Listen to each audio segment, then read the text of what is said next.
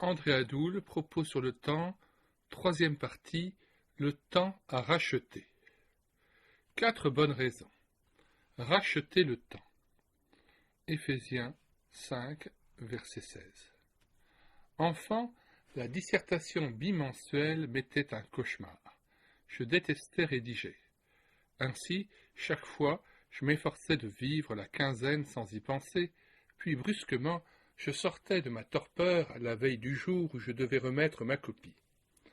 L'instituteur ne badinait pas avec les retardataires. Alors j'attaquais mon devoir comme on empoigne un adversaire qu'on veut éliminer sans délai. L'urgence me forçait la main. Ma plume courait sur le papier et j'écrivais sans lever la tête. Ce soir-là, je me couchais plus tard que d'habitude et me levais le lendemain aux aurores pour mettre un point final à ce travail. Force m'était de rattraper le temps perdu en mettant les bouchées doubles. Hélas, la note que j'obtenais et l'appréciation du maître me rappelaient, si j'en doutais, que ma dissertation n'était pas de meilleur cru. C'est vrai, le temps perdu ne se retrouve jamais.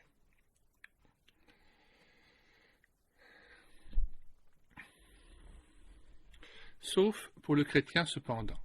Puisque Dieu l'ordonne, il doit être en mesure de le racheter. Plus je serai conscient et contrit d'avoir dilapidé des heures sans nombre, plus je veillerai à ne pas les gaspiller. Le terme grec traduit par le verbe racheter, Éphésiens 5,16, signifie plus exactement acheter en épuisant jusqu'aux dernières possibilités le temps ou les occasions qui me sont offertes.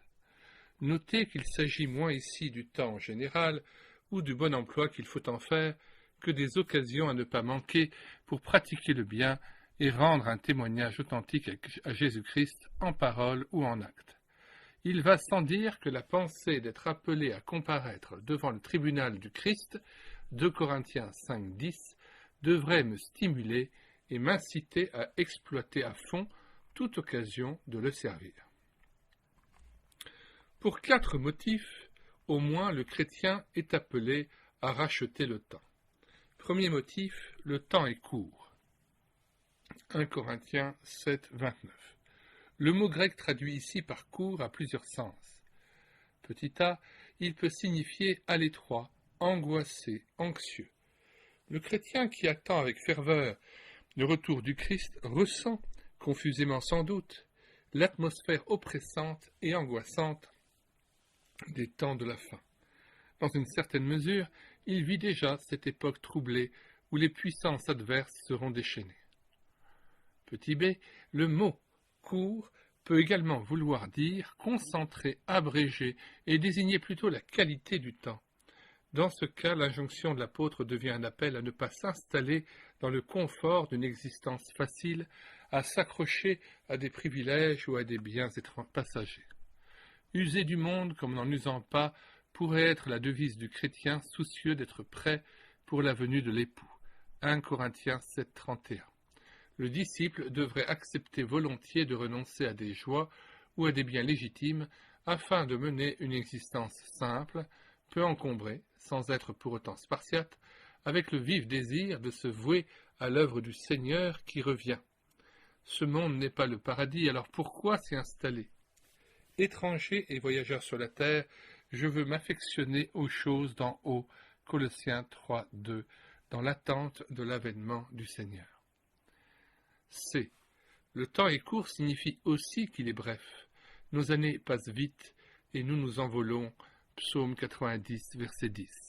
La brièveté de la vie est un puissant motif pour ne pas se lasser de faire le bien autour de soi. Galates 6, 9. Sans tomber pour autant dans un activisme trompeur. Deuxième motif. Les jours sont mauvais. Éphésiens 5, 16. Ils le sont d'autant plus que nous nous approchons de la phase ultime de l'histoire des hommes.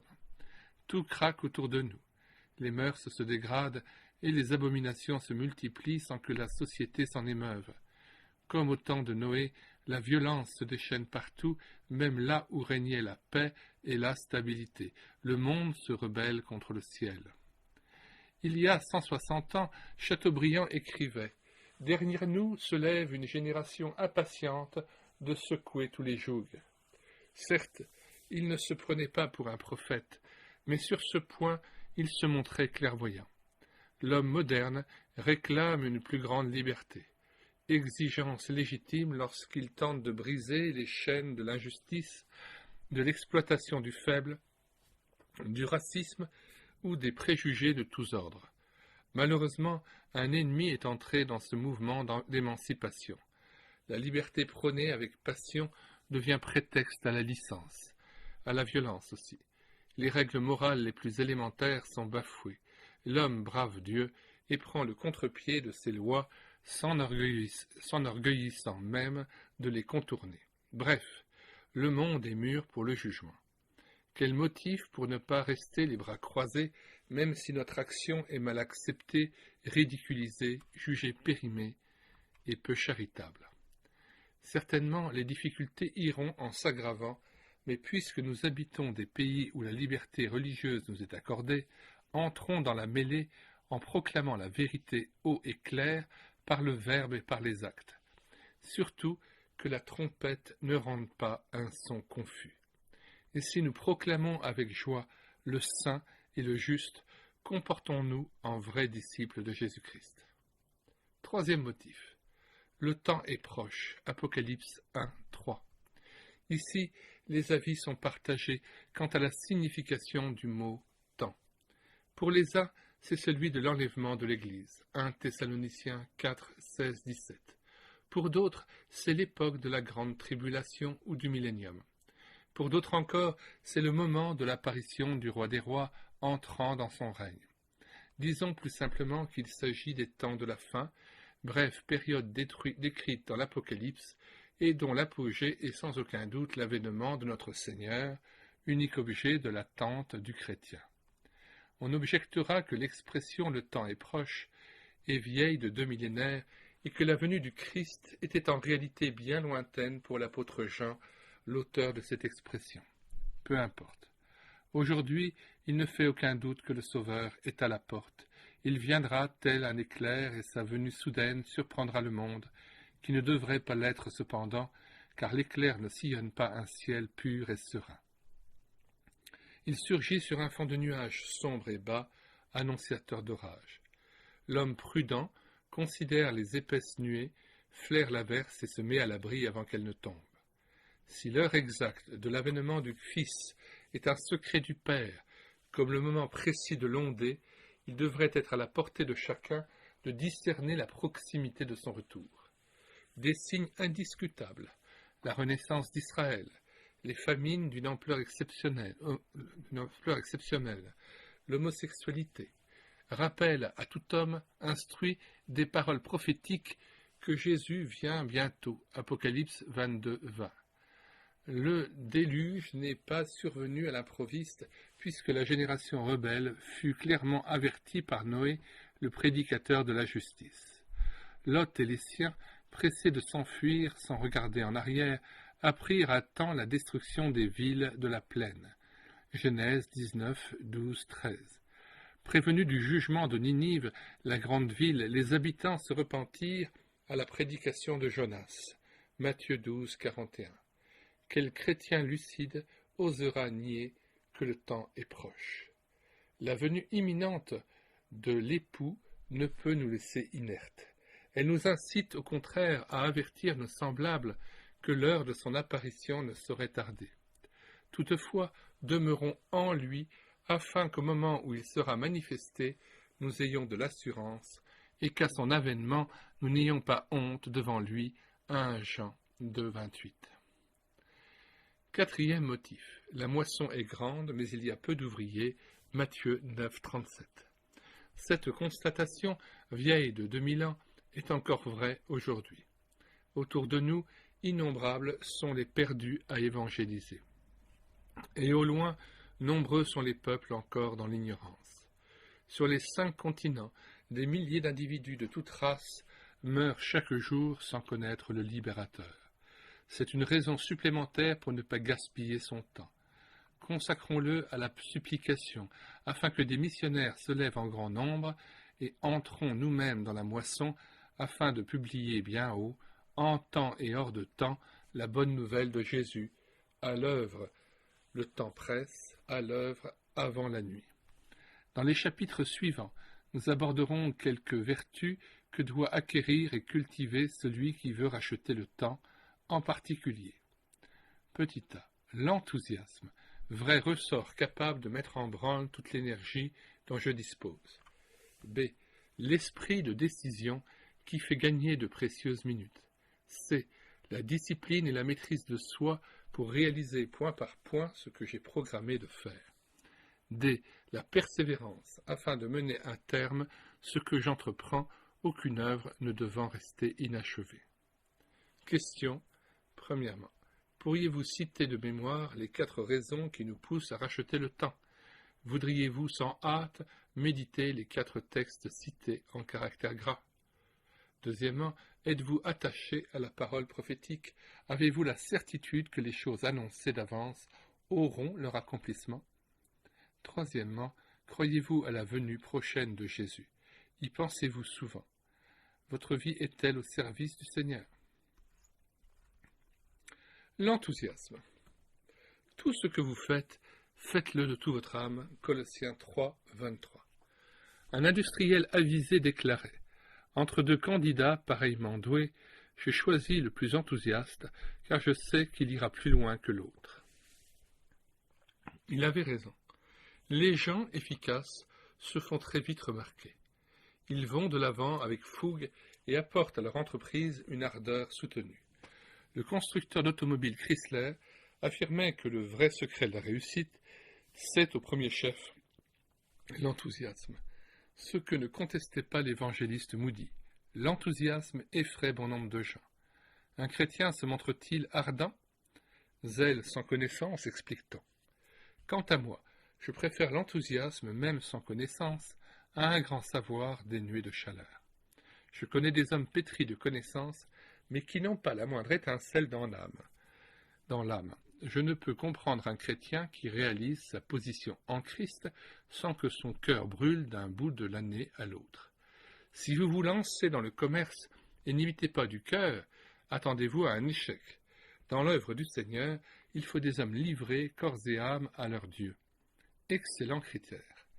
On serait bien inspiré de s'y référer lorsqu'il s'agit de désigner des responsables dans l'Église en particulier. Enthousiasme vient d'un mot grec, enthousiasmos, formé de haine et de théos. Étymologiquement, il signifie « qui a un Dieu en soi ». Or, puisque l'enfant de Dieu est habité par l'Esprit Saint, il est le temple de Dieu. 1 Corinthiens 3,16.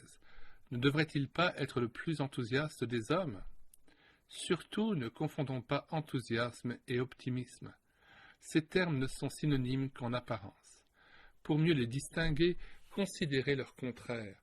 Optimisme a pour antonyme pessimisme, alors qu'enthousiasme a pour contraire indifférence, apathie et détachement. L'optimiste n'est pas un lutteur. La vie lui apparaît tellement rose qu'il n'éprouve pas le besoin d'intervenir. Puisque tout finira bien, pourquoi s'en mêler? Plutôt gai de nature, il occulte ou minimise les difficultés, imagine volontiers le succès et l'attend passivement. Apercevant un gros nuage à l'horizon, il préfère croire qu'il ne pleuvra pas. Il vaut mieux, dit le philosophe Alain, voir le nuage plus noir et prendre un parapluie. Les vrais optimistes, constate Duhamel, n'écrivent pas, ils mangent, ils jouissent. Autrement dit, ils se lèvent, ils se laissent vivre. L'enthousiaste diffère de l'optimiste. Il entre dans l'action et s'y donne à fond, même s'il est en droit de se montrer pessimiste. Lucide et réaliste, il voit les difficultés et les empoigne à bras-le-corps, avec passion, tout à la joie de les surmonter. Il n'imagine pas le succès, il croit fermement qu'il y parviendra. Au lieu de l'attendre passivement, il met tout en œuvre pour l'atteindre coûte que coûte. Et cette fougue qui l'anime stimule chez lui des forces créatrices qui favorisent la réussite. Le mot enthousiasme est-il employé dans la Bible par les auteurs sacrés? Non, pas une seule fois, mais bien que ce terme soit absent de l'écriture, on le devine dans certaines expressions, comme par exemple de tout son cœur, tout entier a, faire de bon cœur, courir, servez l'Éternel avec joie, psaume 100, verset 2. L'Éternel parcourt du regard toute la terre pour que s'affermissent ceux dans le cœur et tout entier à lui. 2 Chroniques 16, 9. Je ne fais aucun cas de ma vie pourvu que j'accomplisse avec joie ma course. Acte 20, 24. Je ne fais aucun cas de ma vie pourvu que j'accomplisse avec joie ma course. Acte 20, 24. Tout qui vient à tomber, que je ne brûle. 2 Corinthiens 11, 29. L'amour du Christ nous étreint. 2 Corinthiens 5, 14. Tout ce que vous faites, faites-le de toute votre âme. Colossiens 3, 23. Applique-toi et sois tout entier à cette tâche. 1 Timothée 4, 15. Mais alors, qu'est-ce qui peut détruire en nous ce punch dont nous devrions déborder? Les raisons ne manquent pas. A. Une santé précaire. On affirme qu'il faut posséder une mine resplendissante et un bon estomac pour avoir de l'allant. Ce n'est pas totalement faux. Le physique n'est pas sans incidence sur nos états d'âme et notre comportement. D'où la nécessité de veiller sur notre corps pour le maintenir, si possible, en bonne forme, par un repos suffisant, une nourriture équilibrée et un rythme de vie raisonnable. Mais la santé n'est pas tout. Il y a des personnes d'apparence chétive qui ne baissent pas les bras pour autant. Moribonde, Édith Piaf tenait la scène tous les soirs avec un brio rarement égalé. Sa volonté de triompher, semble-t-il, ne fut jamais entamée. Malgré sa douloureuse écharde, l'apôtre Paul conserva jusqu'au bout sa fougue des premiers jours, puisant sa force dans la faiblesse même. 2 Corinthiens 12, 9, 10. L'enthousiasme est comparable à un puissant levier qui permet de soulever davantage de poids avec moins de force. Or, petit b, les sentiments de culpabilité entretenus et exacerbés neutralisent l'enthousiasme. Se mépriser ou revenir sans cesse sur des fautes réellement abandonnées est un péché d'incrédulité. Il faut le dénoncer. Puisque Dieu ne se souvient plus de nos iniquités, Hébreux 8, 12, 10, 17, pourquoi les lui rappeler? Ne soyons pas de ces chrétiens brouettes qui promènent devant eux défaites et transgressions. Déclarons tout péché confessé, purifié par le sang de la croix, 1 Jean 1, 9. Une fois pour toutes, se culpabiliser à plaisir, c'est en définitive céder à la pitié de soi sans s'humilier vraiment. Au lieu de contempler nos balayures, levons les yeux vers le Christ Sauveur. C'est sur sa personne seule que doivent s'attarder nos regards, jamais sur nous-mêmes. Et puisque nos gémissements ne changent rien à rien, supputons nos privilèges et nous découvrirons combien nous sommes comblés. Que notre cerveau soit purgé de toute pensée négative, morose et démoralisante. Tout ce qui vient de Dieu est sujet de joie et de reconnaissance. Il suffit d'avoir des yeux pour voir. C'est pourquoi je veux le bénir sans cesse, pour chaque fleur et chaque oiseau qui file dans le ciel, pour mon foyer et mes enfants. Merci pour le Christ Rédempteur, pour son intercession fidèle. Merci pour la Bible et la famille chrétienne. Et merci encore pour mes yeux qui voient et mes oreilles qui entendent.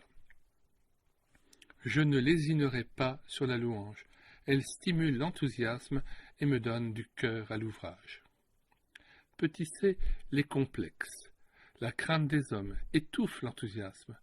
Qui se sous-estime ou redoute l'opinion des autres se montre timoré et hésitant, en tout cas peu réalisateur.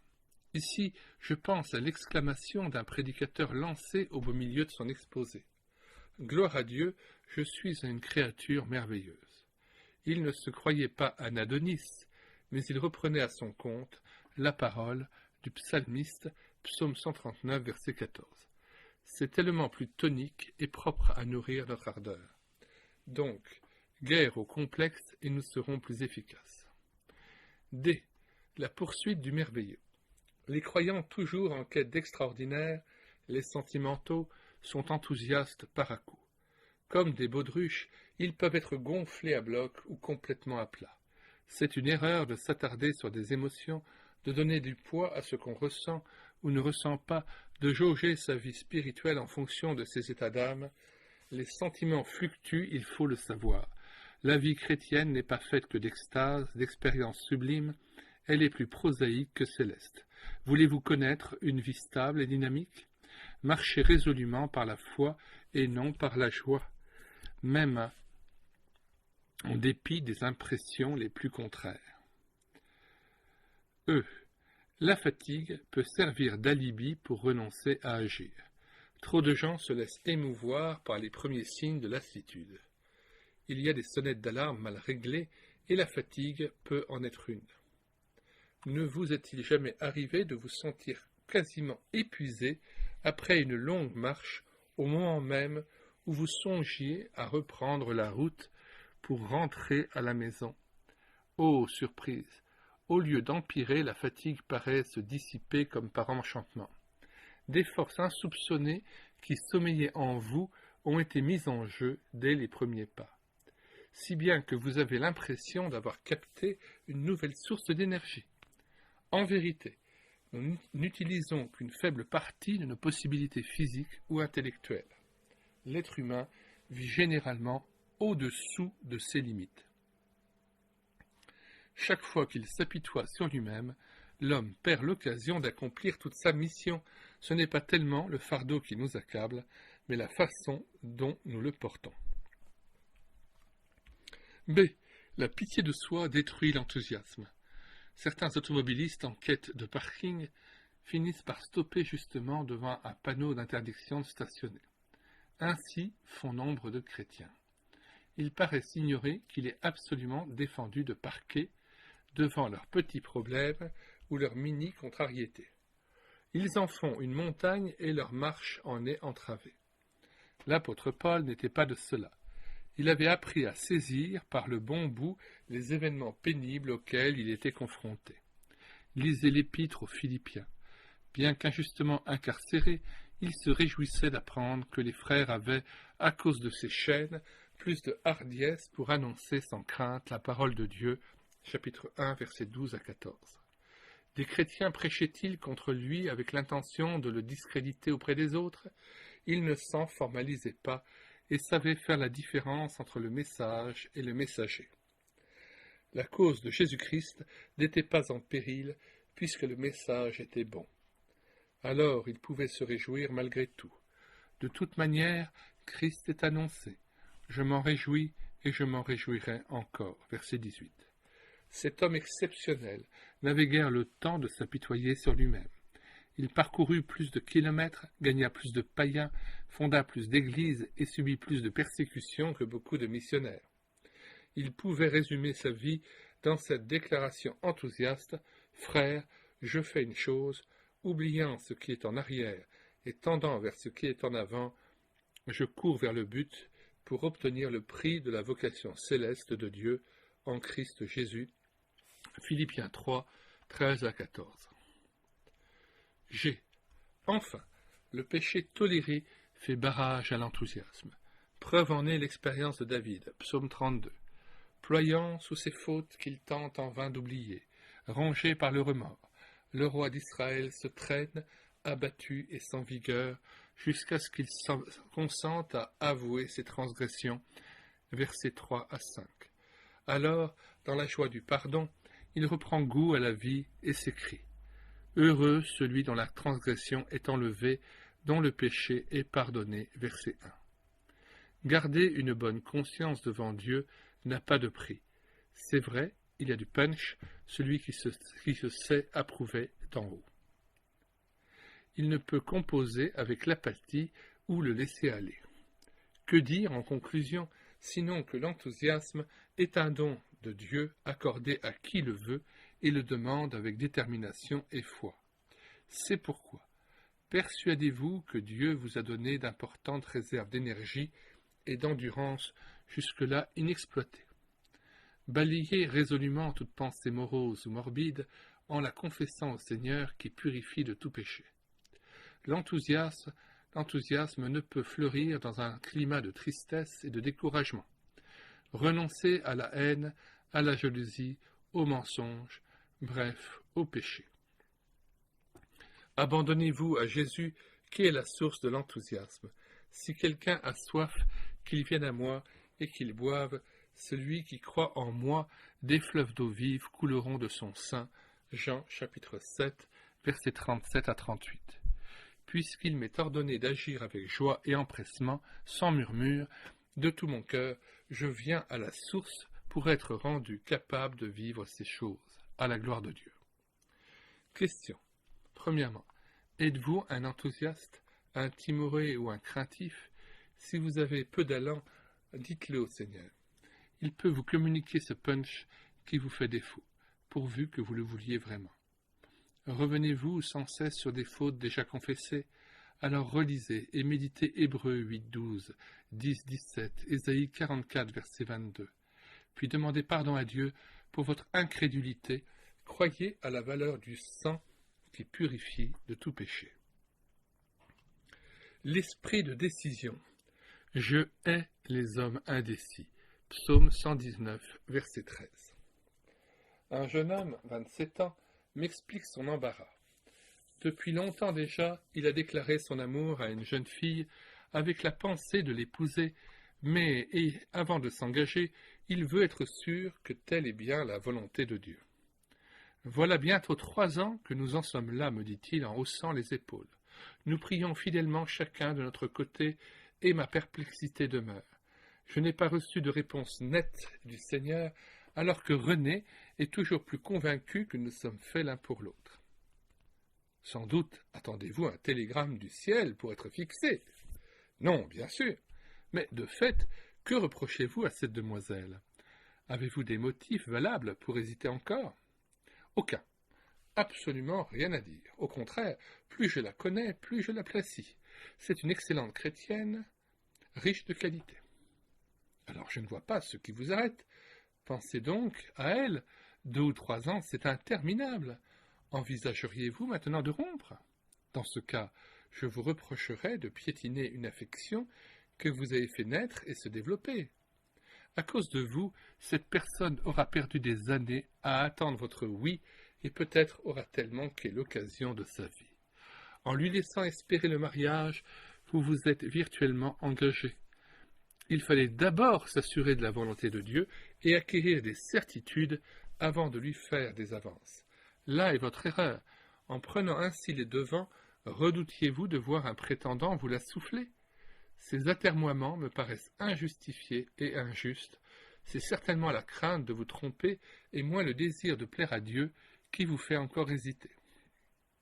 Mais alors, que dois-je faire?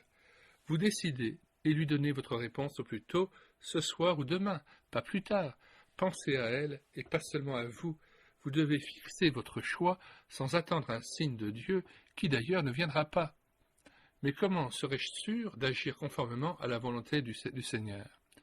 Soyez plus simple, que cette personne ne vous ait déçu en rien au bout de 3 années de mise à l'épreuve me paraît être la confirmation recherchée. N'en demandez pas davantage. Quel chrétien sérieux n'a connu ces temps d'hésitation devant de graves décisions à prendre? Comme on souhaiterait alors consulter l'Urim ou le Tumim, ou entendre un prophète inspiré nous dire « Ainsi parle l'Éternel ». Hélas, on a interrogé le Seigneur, attendu patiemment une réponse du ciel qui ne venait pas, et l'on s'est retrouvé dans l'embarras, les bras croisés, troublés, en réalisant que le moment d'agir était venu. Dieu peut-il tourmenter ses enfants soucieux d'accomplir sa volonté? Responsable d'une convention biblique au début des années 60, je fis appel à un évangéliste pour présider les réunions du soir. Il fut long à me répondre. Enfin, je reçus de lui une carte griffonnée à la hâte me disant « Pardonne mon silence, mais présentement je ne puis te fixer. J'attends du Seigneur des directives précises à ce sujet, et dès que j'y verrai plus clair, je t'avertirai. Excuse-moi de te faire attendre. » Les mois passèrent. Le courrier échangé par la suite ne m'apporta aucune précision. De guerre lasse, et à cause de délais d'imprimerie, je fus contraint de m'adresser à un autre prédicateur qui me répondit favorablement par retour de courrier. Or, surprise, peu avant la retraite, je reçus un mot lancé par le premier invité. « Mille excuses, m'écrivait-il, je n'ai pas encore de conviction, mais ne voulant pas te mettre en peine, j'accepte ta proposition, je suis donc à ta disposition. » Dommage, c'était trop tard.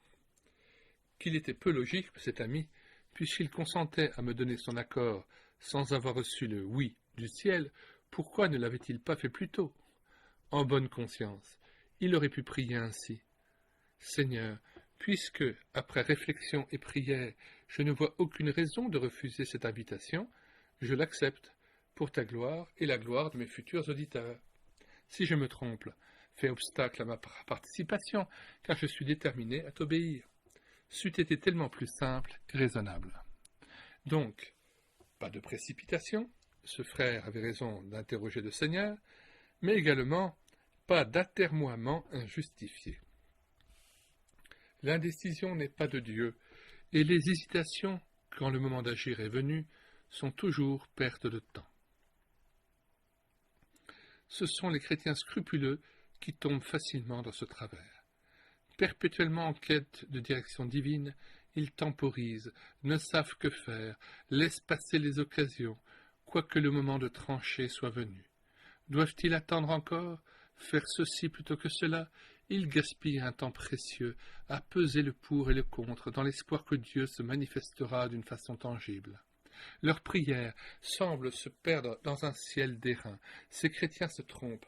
Ne devraient-ils pas méditer la parole du psalmiste « Je hais les hommes indécis » Psaume 119, verset 113.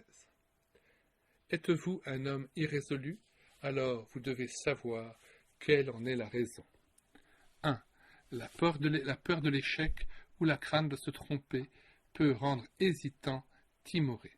Je sais qu'il est conforme à la Bible de s'asseoir pour calculer la dépense, c'est-à-dire de s'accorder un temps de réflexion avant de se lancer dans une entreprise d'une certaine envergure. Toutefois, il serait déraisonnable de prolonger ce temps de recherche sans jamais passer aux actes. Un pilote chargé d'une mission en temps de guerre doit d'abord repérer avec exactitude le lieu exact où va se dérouler l'opération. Une fois l'objectif trouvé, il se garde de le survoler indéfiniment. L'instant est alors venu d'ouvrir la trappe et de lâcher les parachutistes qui sautent dans le vide l'un après l'autre, sans plus attendre. Toute décision est un acte de confiance. Elle implique un risque à courir, un saut dans le vide. Quand la volonté de Dieu me serait clairement révélée, j'éprouverais toujours un léger doute au moment d'agir. En effet, pour être absolument sûr de ne pas m'égarer, il faudrait avoir reçu un télégramme du ciel ou entendu la voix du Seigneur lui-même. Ce léger doute est venu de Dieu. Le croyant doit dépasser ou surmonter cette dernière réticence, c'est le saut dans le vide, pour se prouver qu'il est un homme libre. Ainsi, il aura le sentiment de prendre l'initiative de ses actes et d'en être pleinement responsable. Le doute est très souvent à l'origine de nos hésitations. Deuxièmement, l'opinion de l'entourage. L'abondance des conseils prodigués n'éclaire pas toujours la route à suivre. Et si j'obtiens des avis différents, ma perplexité est accrue. Certes, il est recommandé de s'ouvrir à des frères expérimentés avant d'entreprendre une action d'envergure. Toutefois, je me garderai d'adopter systématiquement leurs conclusions, même si je sais qu'elles émanent de gens hautement spirituels et de bon sens. Responsable de mes actes, je veux le rester jusqu'au bout. Pour échapper à toute influence, seul, j'examinerai sereinement si leur façon d'aborder le problème est vraiment la meilleure. Puis, je fixerai mon choix. Considérons ici l'attitude de Paul. Poussés par l'Esprit, les disciples lui disent de ne pas monter à Jérusalem. Acte 21, 4. À Césarée, même refrain de la part des frères. Verset 12. Or, l'apôtre ne cède pas pour autant. C'est lié par l'Esprit qu'il se rend à Jérusalem, acte 20, verset 22. Le Saint-Esprit donnerait-il des directives contradictoires? Non, car chacun tient le bon langage. C'est le sentiment du devoir qui inspire l'apôtre. Il a une mission à remplir à Rome. Et c'est la charité qui anime les frères. D'ailleurs, ces derniers se soumettent sans insister davantage. Que la volonté du Seigneur se fasse. Acte 21, 14. Ils savent qu'il appartient à l'intéressé seul de décider selon ses propres convictions. Il serait coupable d'insister, donc de lui forcer la main. Troisièmement, l'attente de manifestations particulières, de preuves tangibles. Un signe, une coïncidence providentielle, un verset de la Bible, une prophétie rendent hésitants. Dieu n'a promis nulle part qu'il nous guiderait par de tels moyens, même si nous les avons expérimentés dans le passé. Il nous était alors utile, surtout au début de notre vie chrétienne. Nos pas de débutants, mal assurés, avaient besoin d'être affermis ainsi que notre foi naissante. Ce fut notre cas, en particulier lorsque Dieu nous appela, ma femme et moi, à quitter notre emploi pour le servir. La décision à prendre était trop importante pour s'engager à la légère. Le Seigneur fut bon de nous révéler sa pensée par le moyen d'une prophétie d'Ésaïe reçue d'une façon plutôt exceptionnelle. « Tu es mon serviteur, je te choisis, sois sans crainte, car je suis avec toi. » Ésaïe 41, 9 à 10. Cette parole nous fut utile par la suite, surtout dans les moments de doute et de découragement. Cependant, de telles interventions, parfois insolites, ne doivent pas nous faire oublier que Dieu est souverain et parle tantôt d'une manière, tantôt d'une autre. Job 33, verset 14. Pour ma part, je préfère suivre la voie tracée par l'Écriture au lieu d'attendre je ne sais quoi d'extraordinaire. Si quelqu'un d'entre vous manque de sagesse, qu'il la demande à Dieu, et elle lui sera donnée, mais qu'il la demande avec foi, sans douter. Jacques 1, 5 à 6. Des confidences m'ont fourni la preuve que les meilleurs chrétiens peuvent se fourvoyer en proposant à Dieu des signes pour fixer leur choix, comme Gédéon avec sa toison. De même, les coïncidences ne constituent pas nécessairement des indications du Seigneur. Les Gabaonites ne sont-ils pas venus offrir leur service au moment précis où se dressait devant Éternel une impressionnante coalition? Josué 9. Renfort inespéré. Qui n'y verrait la main de l'Éternel portant secours à sa petite armée, et selon sa méthode juste au dernier moment? Quoique de bonne foi, Josué tomba dans le panneau. Il signa alliance avec ses prétendus pèlerins et découvrit trop tard la supercherie. Cette cuisante expérience le rendit prudent. Tenons-nous-en à la Bible, ce sera plus sûr. Au lieu de rester passif à attendre je ne sais quelle preuve palpable venant du ciel, exerçons notre jugement à discerner ce qui est juste. Soyons de ceux qui ont acquis par l'expérience un sens moral affiné qui leur permet de distinguer le bien du mal, ce qui est juste de ce qui ne l'est pas, selon Hébreux 5, 14. Toutefois, il est évident que si Dieu estime nécessaire de nous révéler ses desseins par des moyens inattendus, acceptons-les avec reconnaissance, pourvu qu'il en soit l'auteur. Quatrièmement, deux fausses notions concernant la volonté de Dieu entretiennent la perplexité. Chez nombre de chrétiens, certaines théories ont la vie dure. Il faut s'en débarrasser au plus vite. Par exemple, il est erroné de croire qu'il m'est interdit de prendre des initiatives ou de m'engager dans une action quelconque sans avoir d'abord ployé les genoux et reçu le feu vert de Dieu. Le simple bon sens s'inscrit en faux contre une telle notion. La maîtresse de maison s'oblige-t-elle à interroger le Seigneur pour établir ses menus ou fixer le jour d'un rendez-vous? Les parents sont-ils coupables d'indépendance s'ils inscrivent leurs enfants à un camp de la Ligue sans avoir au préalable prié et jeûné? L'important est ailleurs, dans une attitude d'entière soumission à Dieu. Et si, d'aventure, au moment de m'engager dans une certaine voie, je ressens un malaise et soupçonne la désapprobation de Dieu, j'examinerai sans complaisance les motifs qui ont inspiré ma décision. À tout prix, je tiens à avoir une bonne conscience devant mon Seigneur. Je serai d'autant plus sensible à sa volonté que je vivrai en communion étroite avec lui et en contact constant avec les Saintes Écritures. Cinquièmement, le péché, sous toutes ses formes, favorise l'indécision. Jacques le laisse entendre. Nettoyez vos cœurs, âmes partagées, Jacques 4, verset 8. Dieu peut-il donner sagesse à qui se moque de sa volonté?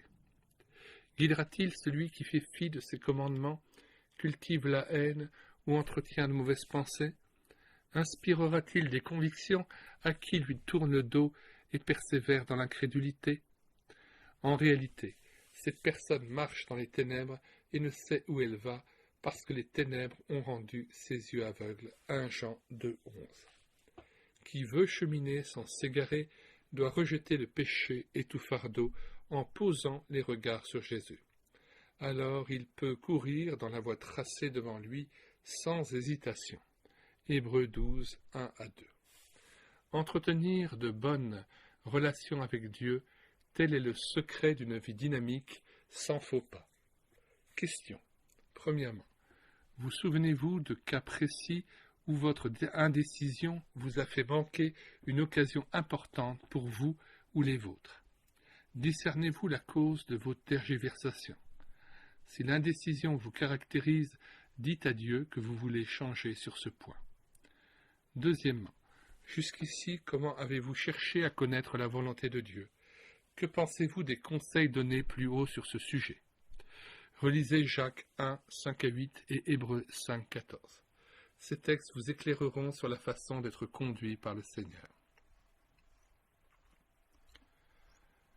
Maîtrise de soi et discipline. Faites tous vos efforts pour joindre à votre foi la maîtrise de soi. 2 Pierre 1, 5, 6. C'est décidé. Demain, je serai debout à 6 heures, sans faute. Avant d'aller au bureau, je tiens à lire ma Bible et à prier. La résolution est ferme, le désir réel, et le réveil matin remonté à fond. Hélas, le lendemain, la sonnerie a beau ébranler la chambre, l'homme ensommeillé soulève à peine la tête, puis se retourne dans ses draps. Il fait si bon sous les couvertures. Encore 5 minutes, puis je me lève. Au bout d'1 heure, et parce que le travail appelle, brusquement le bonhomme saute du lit. Tout penaud d'avoir failli, il a pu expérimenter cette constatation de Jésus: l'esprit est bien disposé, mais la chair est faible. Matthieu 26, 41. Beaucoup se reconnaîtront dans ce personnage. Quand l'acte à accomplir réclame un effort ou requiert un sacrifice, on en reste aisément au vœu pieux. Et il est vrai qu'on ne peut maîtriser le temps sans maîtrise de soi. Qui veut racheter le temps doit posséder cette vertu. Sinon, il vaut mieux ne pas en parler. Maîtrise de soi et discipline sont synonymes à quelques nuances près.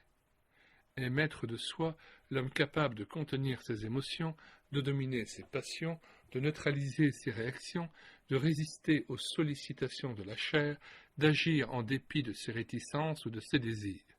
C'est un être libre. Quant à l'homme discipliné, il contrôle ou module ses faits et gestes et ne laisse rien au hasard. Le contraire de maîtrise de soi est faiblesse de caractère, mollesse, abandon. Discipline a pour antonyme désordre, anarchie. L'indiscipliné est brouillon, nonchalant, inconstant, négligent. Maîtrise de soi et discipline. Ces deux vertus se trouvent-elles en moi? Faites tous vos efforts, conseille l'apôtre, pour joindre à votre foi la maîtrise de soi. 2 Pierre 1, 5, 6.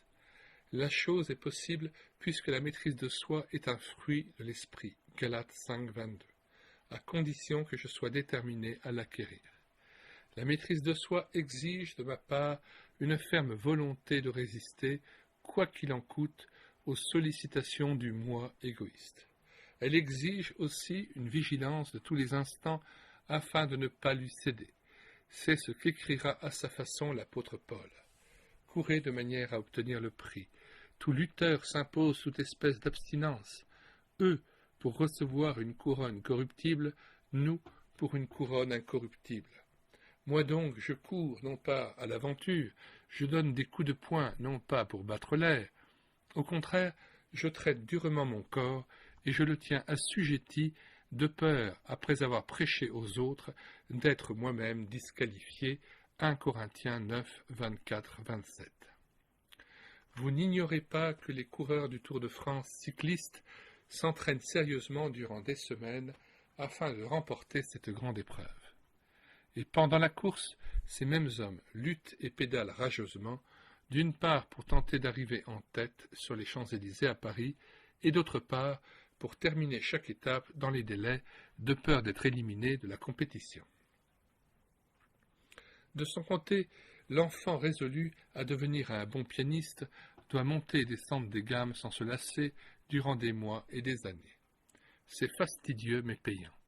Ce travail de longue haleine, souvent décourageant, porte à terme de bons fruits. Il n'y a pas de victoire sans motivation, sans exercice régulier et sans ténacité. Ce sont les violents qui s'emparent du royaume des cieux. Matthieu 11, verset 12. Ici, pas de place pour les négligents et les indolents. Lorsque j'aborde la question du jeûne, rarement, il est vrai, la plupart des chrétiens s'exclament « Ah, ne me parlez pas de sauter un repas, j'en suis incapable. Non, je ne le peux pas. » Alors je rétorque « Qu'en savez-vous? Qu'en savez-vous puisque vous n'avez jamais essayé? Dites plutôt « Je ne tiens pas à tenter l'expérience » ou encore « Je ne veux pas me priver de nourriture. » Tenir son corps, se montrer sobre en tout, sont pourtant des impératifs de l'Écriture. 1 Thessaloniciens 4, verset 4, 2 Timothée 4, 5. Sans en faire une règle, j'affirme cependant que le jeûne a une valeur certaine. Il consiste à remplacer un repas par un autre, plus excellent. En l'observant, même occasionnellement, le croyant au moins se prouve à lui-même qu'il est un homme libre, capable de dominer ses appétits. Et cela n'est pas sans importance. Que de personnes s'avèrent incapables de suivre un régime qui leur serait bénéfique. La ligne de conduite de l'apôtre devrait être la nôtre. Je ne me laisserai pas asservir par quoi que ce soit. 1 Corinthiens 6, verset 12. La vie collective a ses contraintes. Sujet d'irritation pour certains, les égoïstes, elles paraissent fort légères à quiconque est soucieux d'autrui. Sans un minimum de soumission aux règles établies, la société deviendrait une jungle et la vie un enfer. Le désordre n'est bon pour personne. Et pourtant, le terme de discipline est généralement mal perçu. Pour beaucoup de gens, il est synonyme de joug pesant, d'obstacle à la liberté, de contrainte insupportable. De fait, l'ordre et la discipline sont plutôt un sujet de joie qu'un fardeau. Peut-on concevoir un seul instant la circulation sur un réseau routier encombré sans l'observation scrupuleuse du code de la route? Quelles seraient vos réactions si votre voisin de palier embouchait la trompette toutes les nuits à 2 ou 3 heures du matin? Après tout, ne sommes-nous pas des disciplinés qui s'ignorent sans en souffrir pour autant? N'est-ce pas à l'heure prévue que nous nous rendons à l'église le dimanche matin ou au travail durant la semaine? L'homme discipliné n'est insupportable qu'aux indisciplinés. Nous l'apprécierons davantage si nous habituons nos yeux à contempler ce qui est beau, harmonieux, propre et net. Prenons plaisir à ouvrir une armoire bien rangée, à nous attarder devant une bibliothèque où tout est classé en bonne place. Le cadre de vie est important. Soignons-le. Est-elle réellement heureuse la ménagère qui traîne la savate en robe de chambre jusqu'à midi? Est-elle épanouie la maîtresse de maison qui évolue dans un appartement du genre débarras? Des lits défaits, une vaisselle entassée sur l'évier, une salle d'eau où s'amoncelle le linge sale, tout cela n'incite guère à la joie dynamique. Tout autre est l'épouse fraîche et pimpante dès le matin.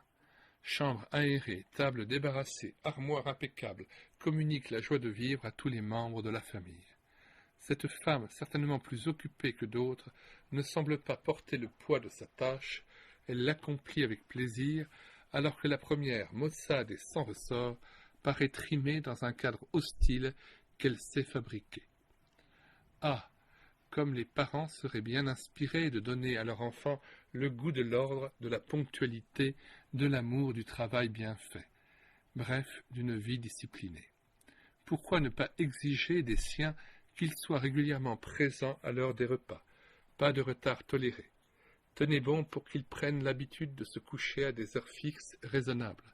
Ne souffrez pas que leurs armoires servent de fourre-tout.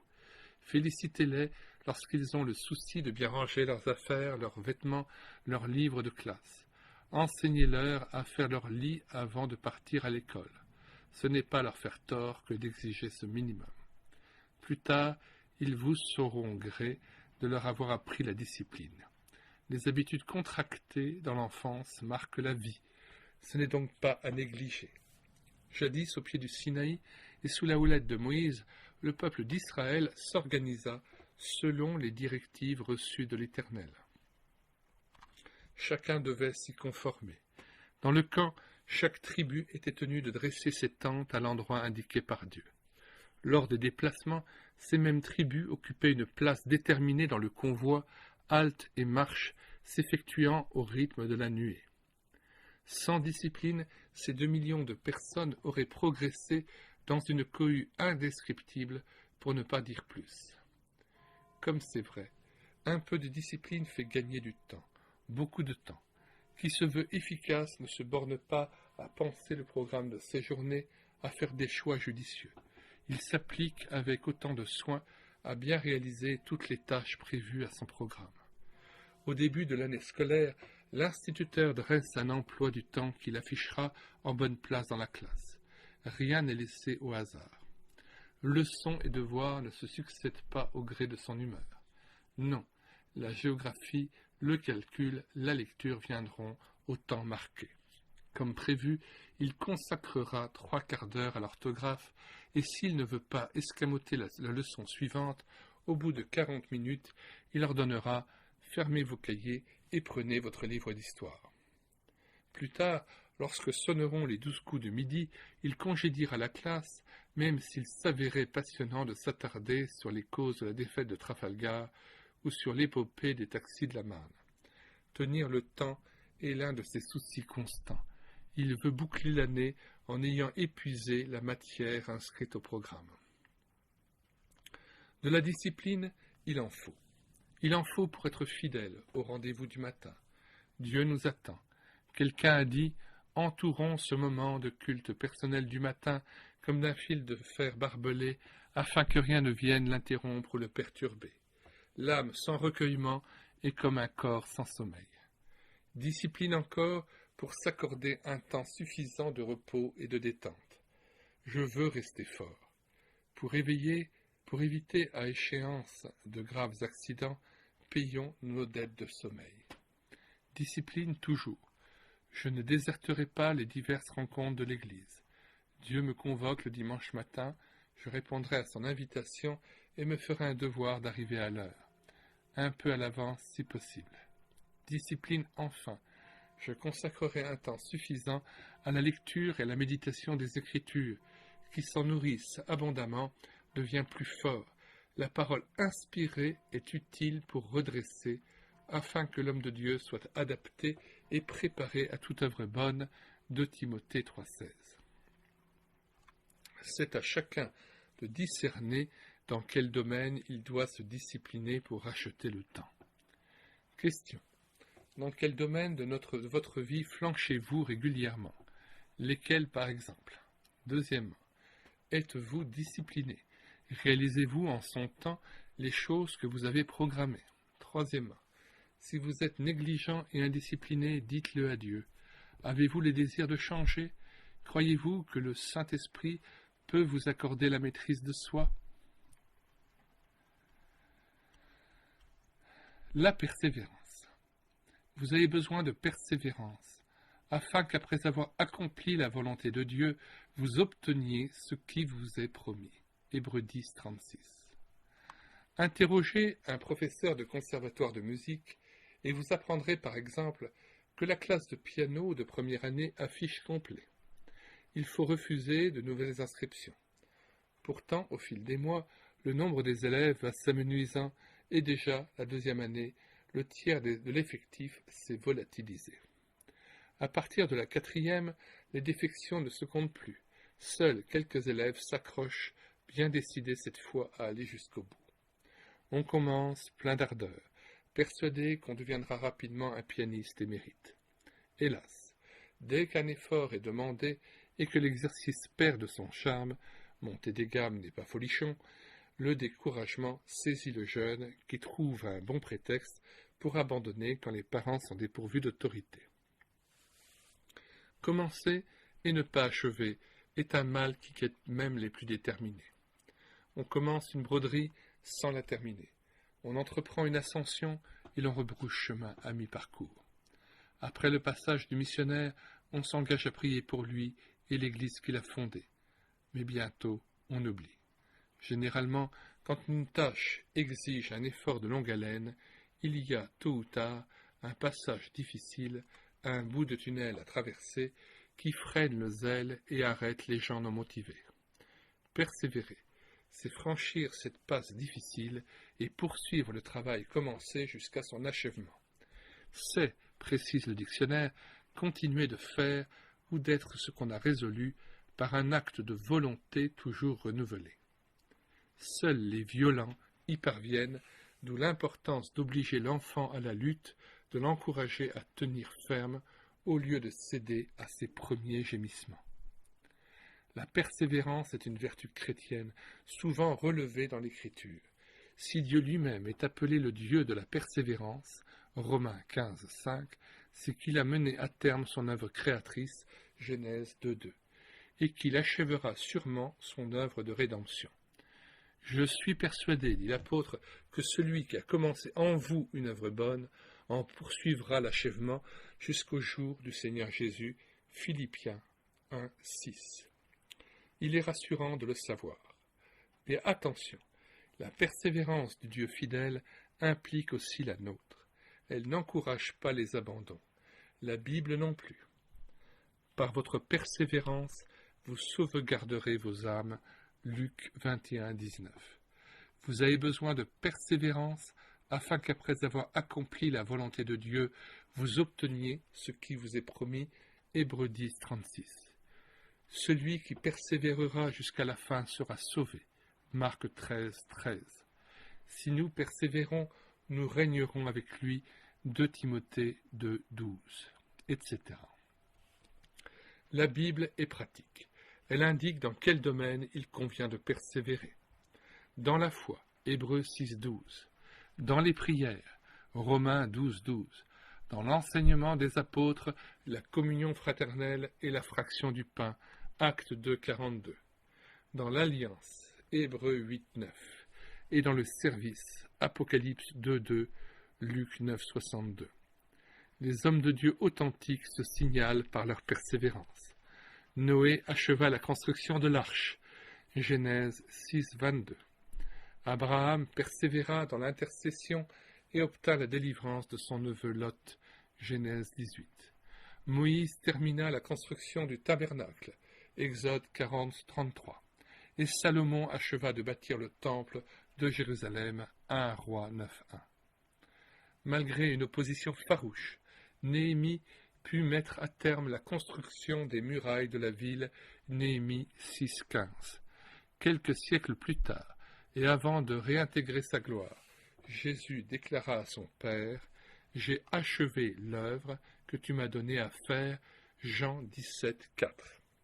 Quant à l'apôtre Paul, malgré d'innombrables embûches, il acheva sa course, 2 Timothée 4, 7, sans jamais abandonner son maître et sa vocation d'évangéliste. Pourquoi sommes-nous si peu persévérants? Voici plusieurs raisons. Premièrement, la tâche est pénible et monotone.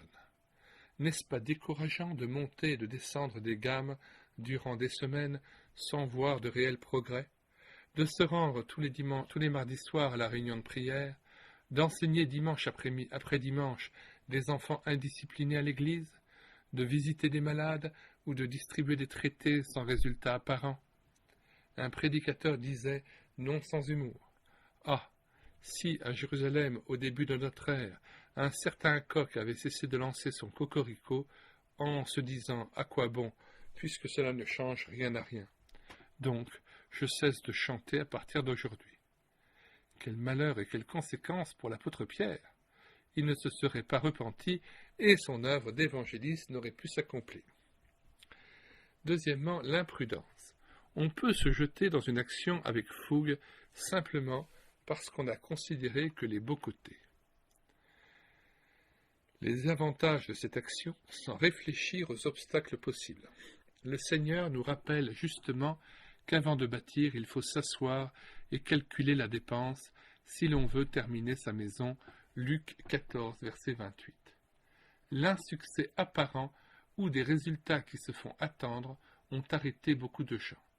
J'ai lu récemment le récit authentique d'un colporteur écossais qui, déposant un traité en un certain endroit, soupira. « C'est le dernier. Je perds mon temps à distribuer ainsi de la littérature. J'abandonne, car je ne vois aucun fruit de mon travail. Je vais reprendre mon métier. » Ce qu'il fit.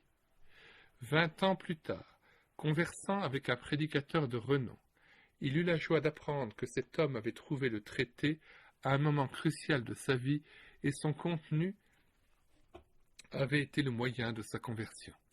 La joie du colporteur fut réelle, mais cependant mêlée de tristesse. Il éprouva le profond regret d'avoir abandonné un ministère pour lequel Dieu l'avait qualifié. Quatrièmement, les difficultés, l'incompréhension des autres, l'opposition peuvent entamer notre zèle et nous amener à cesser une activité pourtant valable. Après l'épisode du Carmel et malgré l'intervention puissante de l'Éternel, le prophète Élie, menacé par Achab et Jézabel, se laisse abattre et craque. Il fuit dans les déserts et abandonne sa mission. Heureusement, le Dieu compatissant et fidèle relève et réhabilite l'homme découragé, pourvu qu'il accepte de prêter l'oreille à sa voix, pareille à un son doux et subtil. 1 Roi 19. Cinquièmement, le manque de volonté, la nonchalance et la mollesse ne cohabitent pas avec la persévérance. Certes, les tempéraments diffèrent. Les uns sont, par nature, pleins d'énergie, alors que les autres ont peu de ressort. C'est vrai. Mais on oublie qu'une éducation bien menée vise à corriger ce qui est excessif et à améliorer ce qui est imparfait. Tâche difficile, car il faut aller à l'encontre des penchants naturels de l'enfant. Et parce qu'il ne s'y prête pas volontiers, beaucoup de parents renoncent à corriger et préfèrent adopter les théories en vogue selon lesquelles il ne faut pas contrarier le petit. Adoptons les principes bibliques en matière d'éducation et gardons-nous de faire croire à notre rejeton qu'il n'a qu'à demander pour être servi. Il vaut mieux le former pour la lutte au lieu d'aplanir devant lui toutes les difficultés. Il apprendra à les surmonter, ce qui lui sera utile pour la suite. Les hommes de Dieu ont été des lutteurs, tel le missionnaire Patton, qui travailla dans certaines tribus cannibales des Nouvelles-Hébrides. Son autobiographie est tonique, car elle ne présente pas un serviteur au ministère sensationnel qui triomphe de tout avec aisance. Au contraire, cet homme bien trempé connaît échec sur échec, épreuve sur épreuve, abandon sur abandon. La mort le guette à chaque pas. S'il poursuit sa tâche envers et contre tout, c'est qu'il possède l'assurance que Dieu l'appelle à travailler en ces lieux. Il ne dit jamais « je perds mon temps ici ». Il n'y a rien à espérer de ces tribus sanguinaires. À quoi bon? Vaut-il la peine de poursuivre? Et puis, cela coûte beaucoup d'argent, la mission, pour si peu de fruits. Pas du tout. Ni les épreuves, ni les échecs ne peuvent faire céder ce lutteur. Les piétinements ne sont pas, à ses yeux, du temps perdu pourvu qu'il se trouve là où Dieu le veut. Après de longues années de souffrance et de désert, Patton a enfin la grande joie de voir l'action du Seigneur. Le Saint-Esprit embrase l'île d'Aniwa et la population, d'une façon assez étrange, se tourne vers le Christ Sauveur. Après les semailles, la récolte. Après les larmes, les chants de triomphe. Un ami avait raison de dire « La persévérance paie toujours ». Sixièmement, le doute. L'incrédulité paralyse et décourage. Dès l'instant où je ne vous crois pas au succès de ce que j'ai entrepris, je suis tenté d'y renoncer au premier contretemps. De même, je ne devrais jamais m'engager dans une action lorsque je suis perplexe quant à la volonté de Dieu. Si je ressens un malaise, une incertitude à ce sujet, je dois m'abstenir. Mais si le feu vert du Seigneur m'est accordé, je serai soutenu et capable de poursuivre ma tâche en dépit des difficultés. Septièmement, les retards de Dieu. Le Seigneur tient parole. Ses promesses sont certaines et il répond à la prière confiante. Marc 11, 24. Qui en douterait? Pourtant, la tentation est grande d'abandonner la lutte quand l'exaucement tarde à venir. Or, ces retards sont venus de Dieu pour exercer notre foi. Ils n'expriment pas nécessairement un refus. Dans sa lettre aux Corinthiens, l'apôtre nous raconte qu'il s'est adressé au Seigneur à 3 reprises pour être délivré d'une écharde qu'il éprouve beaucoup. N'ayant pas obtenu de réponse la première fois, il se garde de dire, inutile d'insister, telle n'est pas la volonté de Dieu. Au contraire, il persévère, assuré qu'il y aura une intervention du ciel. La deuxième fois, il ne cède pas davantage devant le silence de Dieu. Dire comme certains « ta grâce me suffit » serait un nouveau prétexte pour lâcher prise. L'apôtre poursuit avec plus d'ardeur encore. Peut-être a-t-il jeûné et lutté toute une nuit avec ses amis. Et c'est alors que vient la réponse étrange « Ma grâce te suffit » 2 Corinthiens 12, 9. Est-ce la délivrance espérée? Certainement. La grâce accordée à l'apôtre est la capacité de vivre avec son écharde jusqu'à en tirer gloire. Ainsi réconcilié d'avec cette épreuve, il peut parler de délivrance. Paul a persévéré jusqu'à l'exaucement et il l'a obtenu. Retenons ici ce que dit l'Épître aux Hébreux. En sorte que vous ne soyez pas nonchalants, mais que vous imitiez ceux qui, par la foi et l'attente patiente ou persévérance, reçoivent l'héritage promis. Hébreux 6, 12. Je répète, en sorte que vous ne soyez pas nonchalants, mais que vous imitiez ceux qui, par la foi et l'attente patiente ou persévérante, reçoivent l'héritage promis. Hébreux 6, 12. Pour conclure, voici 3 conseils. N'entreprenons un travail qu'avec la ferme détermination d'aller jusqu'au bout. Toute œuvre inachevée représente du temps perdu. Persévérer, c'est racheter le temps. Deuxièmement, ne nous lançons pas dans une action aussi longtemps que nous n'avons pas le sentiment de l'approbation de Dieu. Troisièmement, ne tolérons pas les tâches inachevées. En principe, tout travail commencé devrait être mené à bonne fin. Que le Dieu de la persévérance nous stimule et nous donne de le servir avec joie sans faiblir. Question.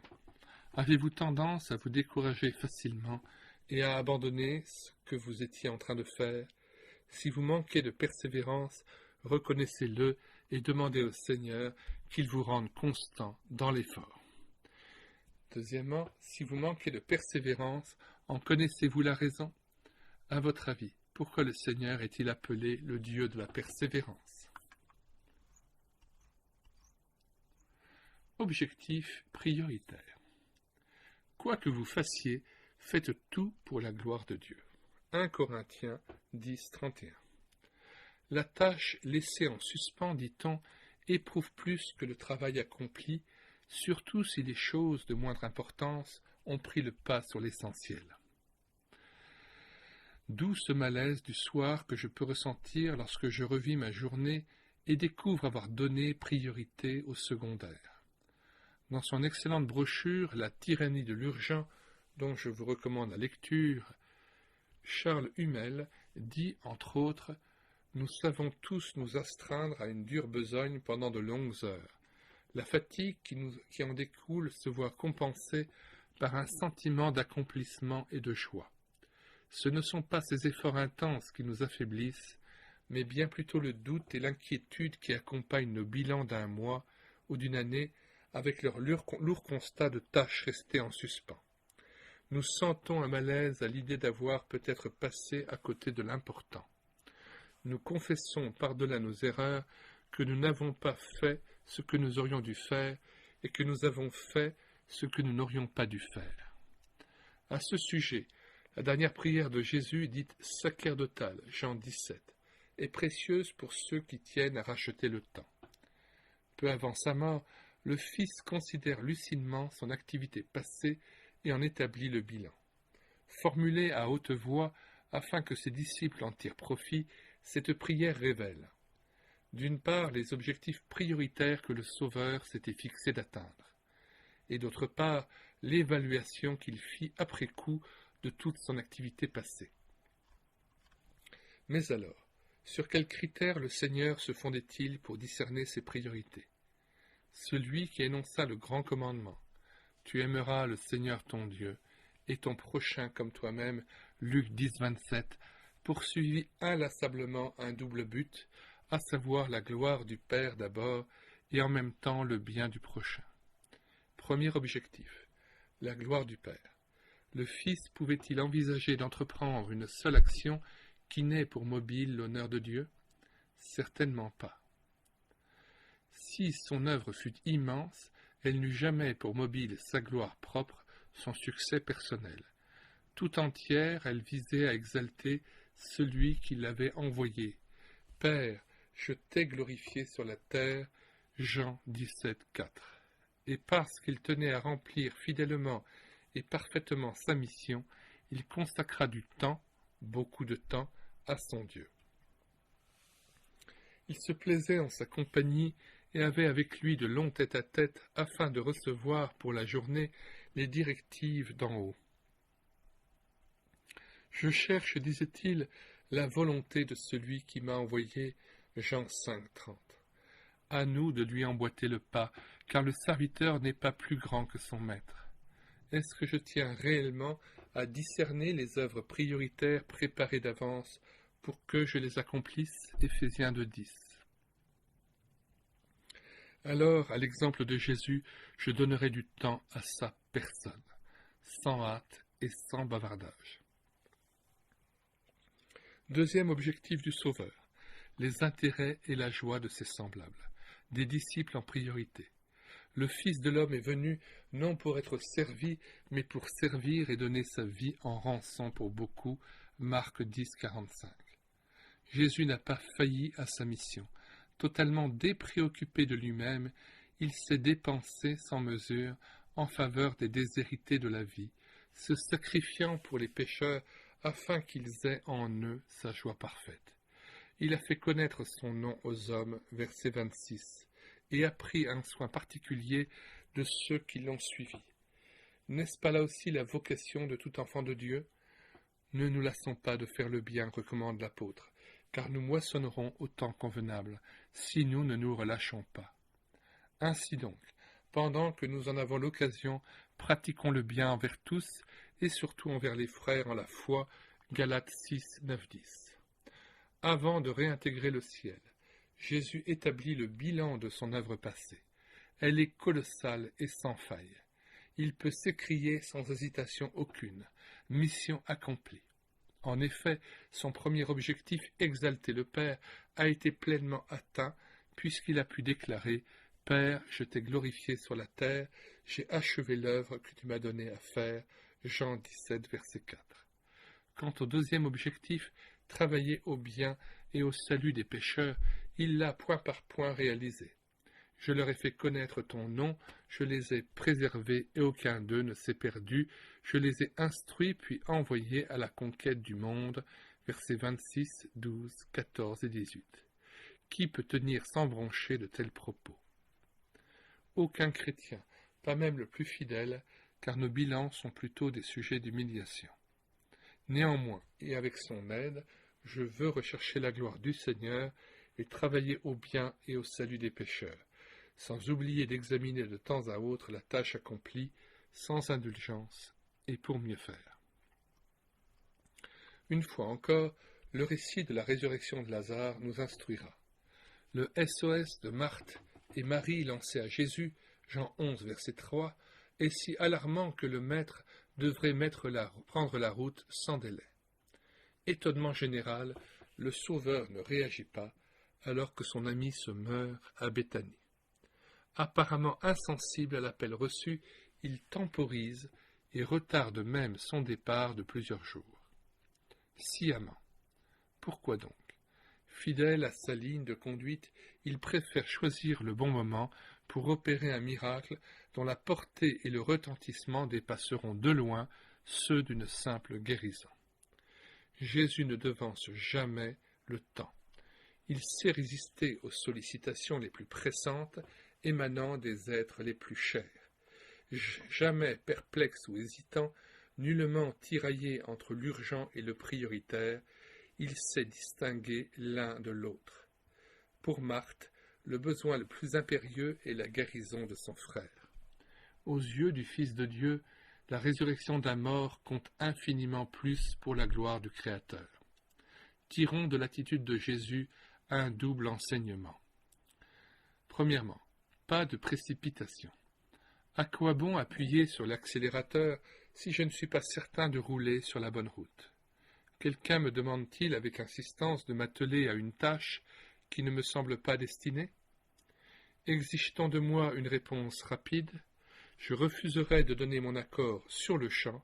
Je tiens à réfléchir et surtout à rester libre dans mes décisions. Il y a des œuvres dévoreuses d'énergie qui ne me concernent pas. Certaines sollicitations peuvent paraître de première importance lorsqu'elles sont formulées, voire même inspirées de Dieu. Et cependant, avec du recul, elles perdent leur prééminence trompeuse. J'ai fait trop d'expériences négatives pour répondre à toute demande, d'entretien par exemple, qui ne peut attendre une heure de plus. En général, la personne au bout du fil insiste pour que je m'occupe d'elle en priorité, cherchant à me faire marcher à coups de suppliques. Surtout pas. Il faut savoir résister à certains appels et refuser de devenir la victime de ceux qui se plaisent à monopoliser le temps des autres. En règle générale, je ne devrais pas prendre une décision importante au téléphone sans l'avoir mûrie auparavant. L'écouteur à l'oreille, pressé de répondre oui, je ne suis guère en mesure de discerner ce qu'il convient d'inscrire sur mon agenda. Ne craignons pas de dire à de tels interlocuteurs « Rappelez-moi demain » et je vous donnerai une réponse réfléchie. Mon stock de temps est trop limité pour le brader au premier venu. Je dois également résister à la tentation de prendre un quelconque engagement sous prétexte que rien n'est marqué à la date proposée. Restons libres dans nos choix et dans nos décisions. Deuxièmement, dépendance de Dieu seul. Parcourez les évangiles et vous constaterez que le Fils ne fut jamais à la remorque de quiconque, même pas de sa mère, qui, aux noces de Cana, tentait de lui tracer sa ligne de conduite. Jean, chapitre 2, 4-5. Personne ne put lui imposer une seule chose qui fût contraire à la volonté de son Père. Aussi, la prière la plus fervente ne fera-t-elle jamais du Christ l'agent de notre volonté. Jacques 4, 3. À l'instar de Jésus, je veux rester libre pour ne faire que ce qui est selon son dessein. Un jour ou l'autre, d'excellentes personnes, chrétiennes consacrées ou convaincues de surcroît, pourront insister pour que je m'engage dans une entreprise jugée par elles indispensable à l'avancement du règne de Dieu. Je ne suivrai leurs conseils que si je discerne quels sont réellement les instruments du Seigneur pour m'inciter à l'action, se souvenir de la conduite de Paul, Actes 21, 8-14.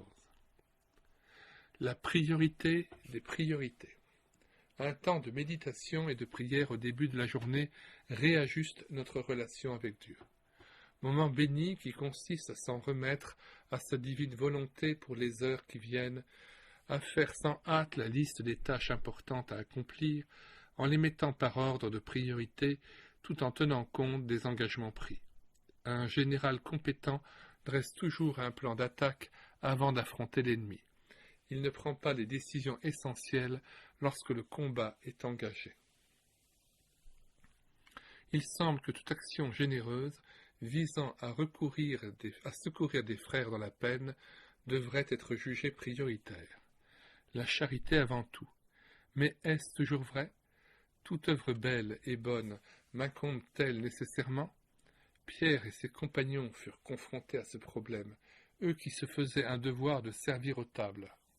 Sollicités de tous côtés et littéralement débordés, les apôtres ne tardèrent pas à comprendre qu'ils assuraient bien mal une distribution qui déclenchait le mécontentement et risquait de provoquer affrontements et divisions au sein de l'Église de Jérusalem. Ces difficultés leur ouvrirent les yeux. Ils découvrirent qu'ils négligeaient des tâches prioritaires pour se donner à des activités que d'autres pouvaient remplir tellement mieux. Pierre dut en convenir publiquement. Il ne convient pas, dit-il, que nous délaissions la parole de Dieu pour servir aux tables, nous persévérerons dans la prière et dans le service de la parole. Acte 6, 2 à 4. Une pédagogue de renom conseille ce qui suit. Organisez votre travail, dit-elle, de telle sorte que vous accomplissiez dans l'ordre l'indispensable, le nécessaire, l'utile et l'agréable. Tout dépend du choix de nos priorités. Si la prière tient une place minime dans nos journées, c'est que nous en ignorons la portée. Avons-nous des devoirs pressants à remplir, qu'ils ne soient pas un motif pour réduire le temps consacré au Seigneur? En tout cas, Luther y trouvait un argument de plus pour plier le genou. Il répondit un jour à un ami qui s'intéressait à son activité. « J'ai tant à faire demain que je consacrerai les 3 premières heures de la journée à la prière. » Question. Premièrement, pouvez-vous dire, d'après Jean 17, quels étaient les objectifs prioritaires de Jésus? Pensez-vous qu'il vous soit utile et juste de les adopter?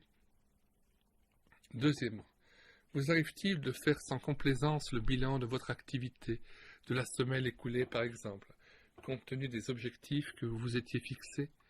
Troisièmement, vous arrive-t-il de regretter des décisions prises hâtivement, au téléphone par exemple? Avez-vous saisi l'importance de la prière pour discerner vos priorités? Êtes-vous résolu à consacrer plus de temps au Seigneur?